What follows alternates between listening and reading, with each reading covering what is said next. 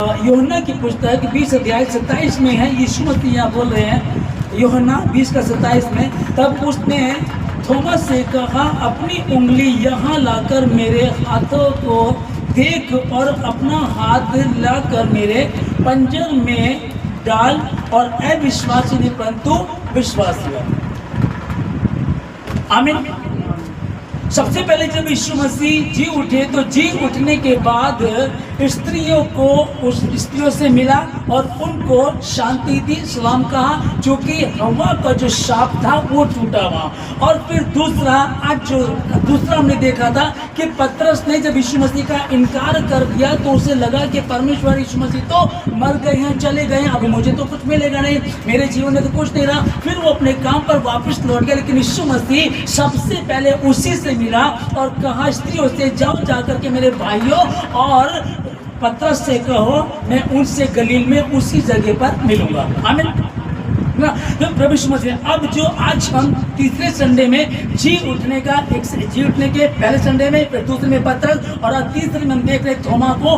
थोमा जो अविश्वासी रहा है, यूहन्ना 11 का 14 से 16 तक हम लोग जो पढ़ रहे हैं, यहाँ जो प्रभु यीशु मसीह ने कहा कि मेरा दोस्त लाजर मर गया है, मतलब कि सो गया है, तो बोले अगर वो सो गया तो अपने आप उठ जाएगा, फिर जाने की जरूरत क्या है। फिर उसने कहा कि नहीं, वो मर गया है, अब चलो हम चलते हैं। तब उसने कहा, थोमा ने, चलो हम भी उसके साथ मरने को चलते हैं, क्योंकि यहूदियों की पुस्तक बताती है कि जो एक व्यक्ति मर गया है 3 दिन तक तो उसको जिंदा कर सकते हैं, लेकिन 4 दिन के मरे हुए को जिंदा नहीं कर सकता। हाँ, इसने यार की 12 वर्ष की एक बेटी थी जो मर गई थी, उसको जिंदा कर दिया, तो 4 घंटे हुए थे उसे मरे हुए।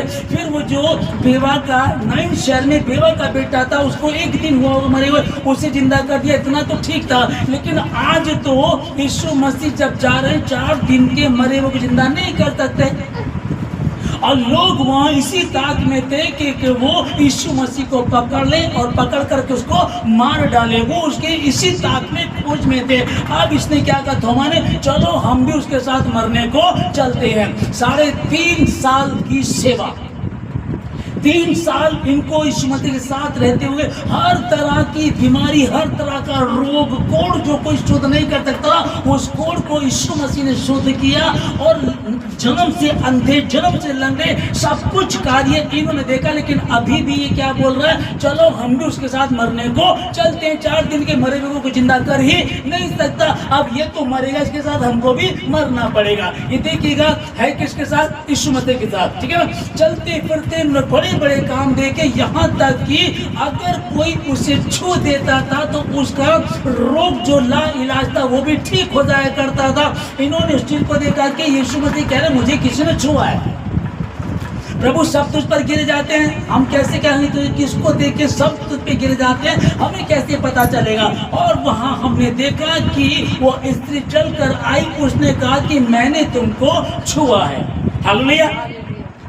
अभी समझेगा कि कई बार जो मसीह में जो लोग होते हैं उनमें भी कई बार ये संदेह, शक बना रहता है, पता नहीं हमारी बीमारी जाएगी नहीं जाएगी, पता नहीं हमारे साथ कुछ अच्छा होगा नहीं होगा, पता नहीं ये कैसे रहेगा। पर बाइबल एक चीज को बता रहे, पूरे पवित्र शास्त्र बाइबल को आप पढ़ लीजिएगा, सिर्फ विश्वास को दर्ज, यदि आपका विश्वास है आप चंगे हो जाएंगे, आपका विश्वास आप चंगे नहीं हो सकते, सारी उम्र आप चर्च में बैठे रहे, कुछ होने वाला नहीं है, क्योंकि प्रभु ने क्या क्या, पर विश्वासी नहीं विश्वासी बना।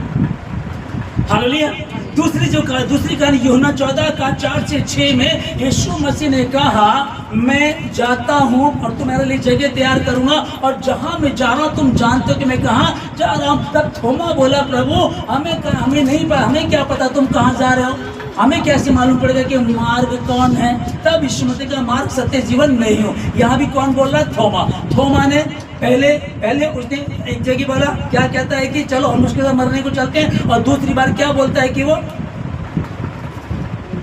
हाँ जी नहीं, पहले तो उसने बोला कि भाई हम भी उसके साथ मरने को चलते हैं, दूसरी बार वो अब बोल रहा है, यहाँ कहता है कि हम नहीं जानते कि मार्ग क्या है, हमें बता मार्ग कौन सा, मतलब 3 साल हो गए साथ रहते हुए, इनको अभी तक यही नहीं पता कि मार्ग क्या है। फिर आगे जो हम यूहन्ना का अब देखा यीशु जब चेले साथ में थे, अभी इसको ध्यान से समझिएगा, प्रभु यीशु मसीह क्या समझाना चाह रहे। प्रभु को सबके जितने यहाँ बैठे सबके बाद जितने ऑनलाइन सुन रहे हैं उनका भी यीशु मसीह को मालूम है कि किसके मन में क्या चल रहा है, कौन कितना ईमानदार, कौन कैसे विश्वास को लेकर के बैठा, प्रभु को पता है। ओके, अभी थोमा की बात चल रही है, तो प्रभु यीशु मसीह को पता था। प्रभु यीशु मसीह उन 11 चेलों से मिलने के लिए गए, तब वहां सिर्फ मात्र 10 चेले थे और एक नहीं था। अब यदि प्रभु 11 के 11 से मिलना चाहते तो वो ये चेक कर लेते, भाई क्या पहले 11 के 11 वहां है, अगर है तो मैं अब जाऊंगा, ठीक है ना। लेकिन प्रभु ने वही देखा, पहले वो 10 से मिले, इन 10 के 10 ने मिल करके थोमा से कहा हमने परमेश्वर को देखा है, हम प्रभु को मिले। पर वो क्या कहता है कि नहीं, जब तक मैं वो कीलों के निशान जो उसके हाथों में थे जब तक उंगली डालकर नहीं देख लूंगा तब तक मैं विश्वास नहीं करूंगा। अब हम इसे क्या कहेंगे कि ये एक रिसर्च करने वाला था या अविश्वासी था? ऐसा भी कह सकते हैं रिसर्च करने वाला, जबकि यीशु मसीह ने स्पष्ट कह दिया कि विश्वासी बन, अविश्वासी नहीं। आ करके चेक कर ले। और जब भजन संहिता 34 का 8 में पढ़ते लिखा कि परख कर देखो कि यहोवा कैसा भला है, तो परखने के लिए यहोवा खुद भी तो कह रहा है ना, परख करके देखो। लेकिन बात पता क्या चली, एक नया व्यक्ति फर्स्ट टाइम चर्च में आता, फर्स्ट टाइम वो बाइबल को पढ़ता, फर्स्ट टाइम परमेश्वर के नजदीक आता, उसको तो कहा जाएगा कि परख करके देखो। लेकिन आपको 3.5 वर्ष यीशु मसीह के साथ रहते हुए हो गए, आप उसके साथ खाते हो, घूमते हो, आराधना करते हो, है ना, प्रार्थना करते हो और बड़े बड़े चमत्कार आप देख रहे हो, उसके बाद यदि आप संदेह कर रहे हो तो ये रिसर्च नहीं है, ये अविश्वास है। ओके, पर प्रभु यीशु मसीह ने इसको नहीं छोड़ा। तब प्रभु यीशु मसीह से मिले और मिल करके से बात करके बोलते हैं थोमा आ और अपनी उंगली लेकर के आओ। अभी समझिएगा कि यीशु मसीह की कैसी दशा की हुई थी, है ना। ये जो रोम के लोग थे, जो रोम की सेना थी, वो ऐसे ऐसे हंटर, आप जानते हो चीजों को, हंटर ऐसे होते थे, चारों तरफ के हड्डी और लोहा लगा होता जो बॉडी पे लगता था, तो बॉडी के वो खाल को, मांस को, हड्डी तक को वो घायल कर दिया करता था। इतनी बुरी दशा यीशु मसीह की हो गई थी। ओके, और लहू बहना कहाँ से शुरू हो गया था? गतसमनी बाग में जब वो प्रार्थना कर रहा था, उसका पसीना लहू बन करके जमीन पर गिर रहा था, उसको फिर पकड़ लिया गया, फिर सारी रात उसको जगाया गया, फिर उसको पीटा गया, फिर घसीटा गया और फिर भारी भरकम क्रूस उसको उठा करके ले जाने के लिए कहा। इतनी बुरी दशा उसकी, उसके पैरों में कील ठोकी गई, हाथों में कील ठोकी गई, कांटों का ताज उसे पहना दिया, कितनी बुरी दशा उसकी हो गई थी।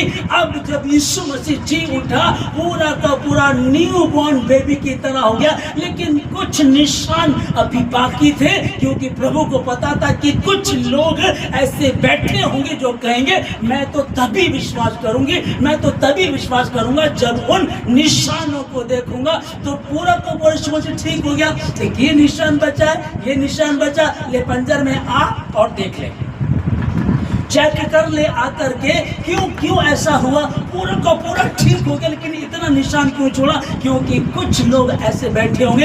अगर आप रिसर्च करने वाले हैं तो बहुत अच्छी बात है, आकर के कर लीजिएगा। इतिहास गवाह है, यीशु मसीह 2025 साल पहले मरा था, पहले वो पैदा हुआ, 2025 साल पहले पैदा हुआ, फिर वो 33 वर्ष तक रहा, उसके बाद मारा गया, गाड़ा गया, तीसरे दिन मुर्दों में से जी उठा।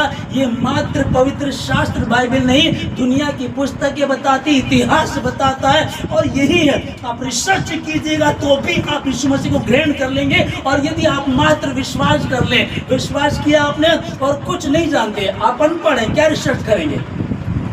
कुछ लोग यदि अनपढ़ हैं वो क्या रिसर्च करेंगे, वो क्या खोज करेंगे, क्या पता करेंगे? वो तो बस दुखी, बीमार, घायल आते हैं, टेंशन में है, परेशान है, बच्चा नशा करता है, परिवार में दिक्कतें हैं, फाइनेंशियली प्रॉब्लम चल रही है, बहुत स्ट्रगल करते हैं, पूर्वजों के श्राप है जो टूट नहीं रहे, शर्मिंदगी है, गरीबी है, लाचारी है, वो हमको परेशान करें, हम कहाँ जाए हमारी समझ में नहीं आ रहा। जिनके बाबाओं के पास जाते वो हमको लूट लेते हैं। आज तक कोई 1000 मांगता, कोई 10,000 मांगता, और यूं ही। और है ये हमारे है बहुत ज्यादा, ठीक है ना। लेकिन फिर क्या हुआ, वहाँ रिसर्च करना है। आप विद्वान हैं, आप साइंटिस्ट हैं, भाई साइंस तो भगवान को मानता नहीं है।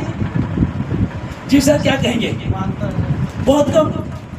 अब मानने लगा, लेकिन वो कहते नहीं भगवान नहीं है, हम खुद हैं जो है, हम खोज करते हैं। लेकिन मैं बार बार आपको बता चुका हूँ, दुनिया का महान साइंटिस्ट एल्बर्ट आइंस्टीन कहते हैं बाइबल के बिना साइंस अधूरा है। हालेलुया।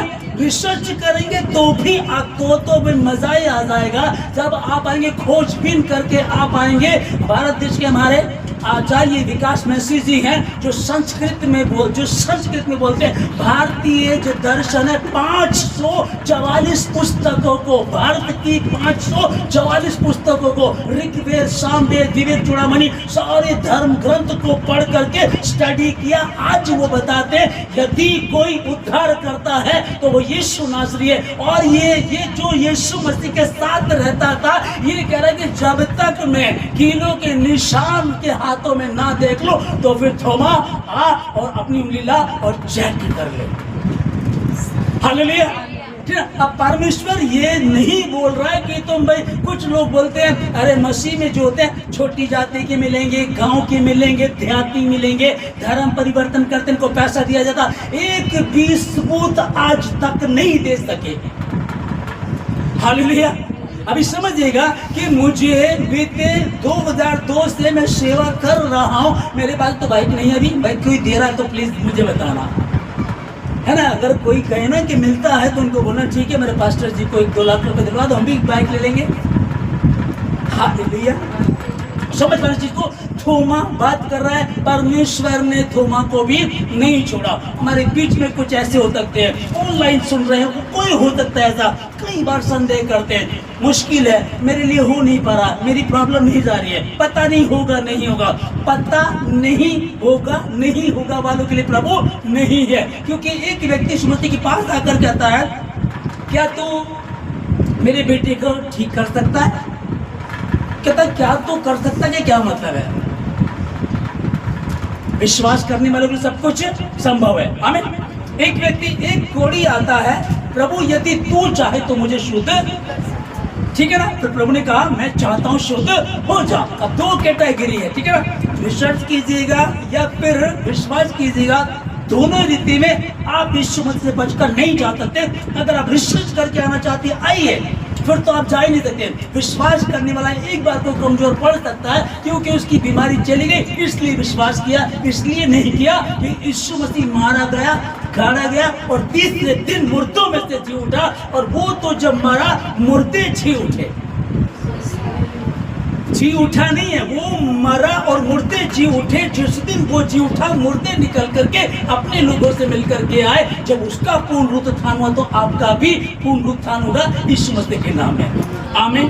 हम लोग यूहन्ना 20 का 29